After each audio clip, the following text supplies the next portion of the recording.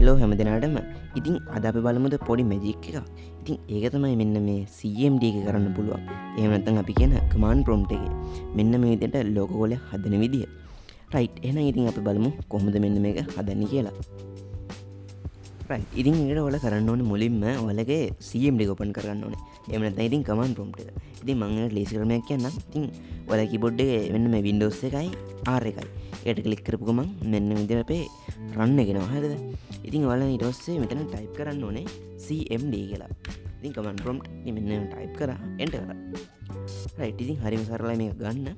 ඉතින් ඊට පස්සේ අපිට මෙතන කෝඩ් එක ගාලා කෙලින්ම ගන්න පුළුවන්. ඉතින් මේක පොඩ්ඩක් ලස්සන කරන්න අපි කල එකක් දාලා ඉතින් ඒකට කරන්න ඔයාලට කරන්න තියෙන්නේ මෙන්න විදිහට color කියලා ටයිප් කරනවා. ඉතින් මෙතන ටයිප් කරන්න ඕනේ COLOR නෙමෙයි LOR. හරි. color කියලා ස්පේස් එකක් තියලා මම 1 කියලා ගහලා පෙන්නන්නම්. උංගල් එන්ටර් කරනවා. ඉතින් ඔයාලට පෙන්නන්නේ මේක නිල් පාට වුණා. ඊට පස්සේ අපි තව එකක් බලමු. color 2. ඉතින් ඔයාලට පෙන්නද මෙන්න මෙම් colors වෙනස් වෙනවා. ඉතින් අපි බලමු මේක අර කොහොමද logo එකේ හදන්නේ කියලා.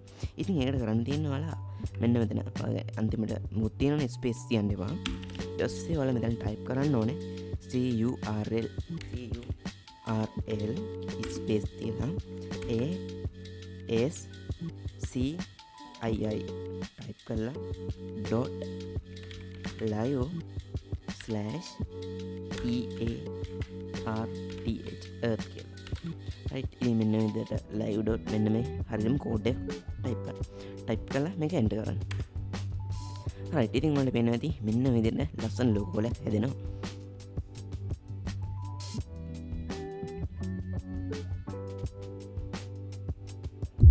right ඉතින් අද මම ගෙනාවේ අපේ CMD එකේ මෙන්න මේම logo එකක් හදාගන්න විදිය.